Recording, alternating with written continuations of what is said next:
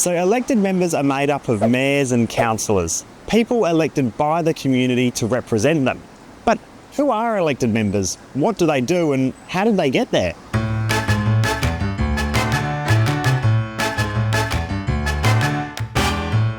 Members of the community can put their name forward to be a candidate for either mayor or councillor for their local council. This is called nominating. Nominating as a candidate means you are willing to put yourself out there and potentially be elected to represent your community as either a councillor or as mayor. In South Australia's local government elections, to nominate for a position on council, you don't need to be part of a political party. In fact, most elected members are not members of a party.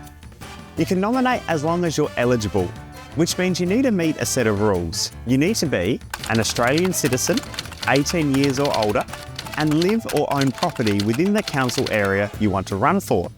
Then you are all set and can run for council. There are only a few exceptions of people not eligible to run for council. They are members of parliament, either state or federal. They're too busy governing other levels of government.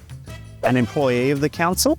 You can't work for the administration of council and be elected onto the same council at the same time. If you're imprisoned, if you're bankrupt, but as long as you're none of those things and you're up to the challenge of being an elected member, you are ready to nominate for council. Running an election is a complex task, and it's important that it's run independently and fairly. That's the job of the Electoral Commission of South Australia, or EXA. They are in charge of running over 60 local government elections all at once, one for each council every 4 years.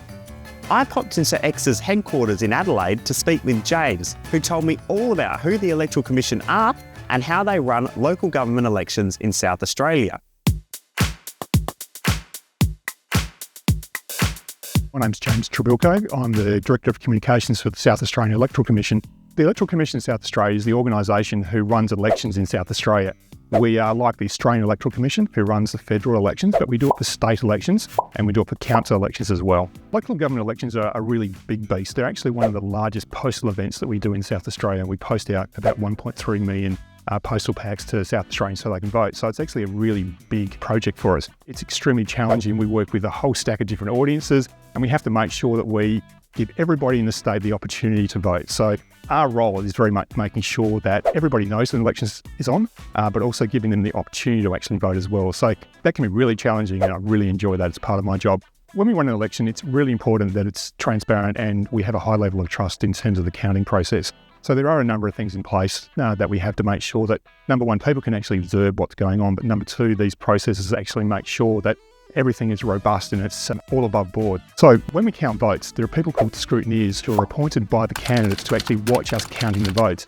They are actually in the room watching the votes being counted, and if they see anything that is irregular or they don't think is right, they can actually raise that up and we can actually make a decision about how that actually works on the fly as we're going through there. Also from the council point of view as well, because it's all postal votes, everyone has to sign a declaration that they're entitled to vote. So everybody actually has a legal document that they sign to say they're actually entitled to vote. So there's another provision there that actually makes sure that from a legal point of view, people are actually doing the right thing.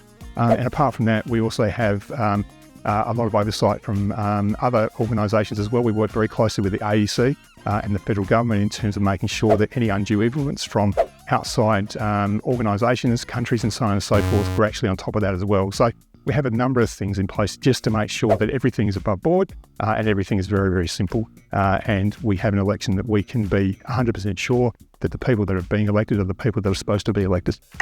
In South Australia, local government elections are run every 4 years.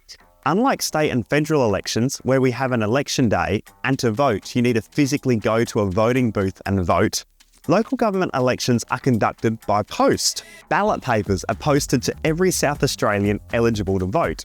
You get 2 ballot papers, one for mayor and one for your councillors. On the ballot paper for mayor, you number the boxes in order of preference on who you would like to be mayor. Number 1 for your first choice, 2 for second choice, and so on. Side note, quick history lesson. This guy, William Boothby, a South Australian, pioneered what came to be known as the secret ballot.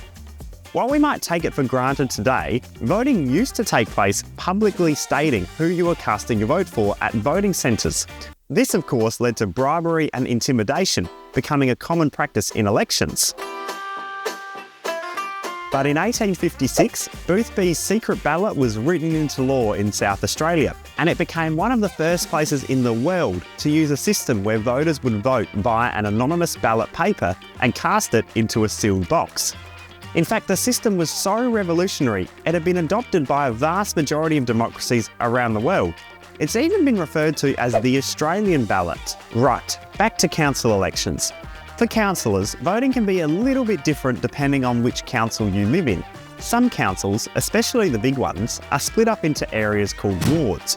Wards are geographic sections of the council which are represented by a certain number of councillors. For example, the Mount Barker District Council is made up of 10 councillors and a mayor.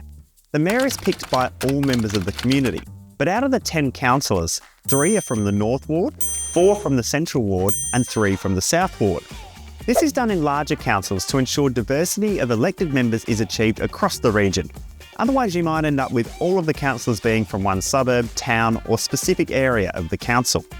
Ward councillors ensures that there is adequate representation from across the council area. So, when it's time to vote, you are only voting for councillors that are from the ward you live in. If your council doesn't have wards, you vote on councillors from the entire council area, known as area councillors. Again, you number the boxes with 1 being your most preferred candidate, followed by 2, 3, 4 and so on. You number the boxes for as many positions as there are vacant. So for example, if there are 3 people representing your ward, you number 1 to 3. Or if there are 10 area councillors, you number 1 to 10. There's a few things to keep in mind when you're voting. You have to make sure you number all of the boxes you're supposed to. No ticks or crosses, numbers only. You can't draw anything anywhere else on your ballot papers, so no smiley faces, stick drawings or handing out your Instagram. If you do any of these things, it's called spoiling your ballot and your vote doesn't get counted. So why would you want that? Once you've completed both your ballot papers for mayor and for councillors, you sign the declaration, pop it in the reply paid envelope, stick it in the post, and that's it. Usually, council elections give you 3 weeks to fill in and return your ballot paper, so there is plenty of time to read up, learn more, and even meet the candidates that are running in the council to represent you. Once your ballot papers have been sent off, they arrive at the Electoral Commission's headquarters and are counted. Elections for councillors are counted using a pretty complicated system called proportional representation.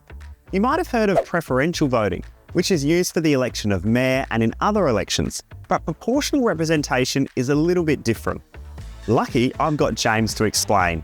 What it does is it allows a way for people to choose their representation in an inclusive way. It's a bit like sharing lollies with friends, for example. So if you imagine you've got different types of lollies, you've got jelly beans, you've got chocolates, and you've got lollipops. Instead of picking one as your favourite, you actually get to rank them as your most favourite to your least favourite.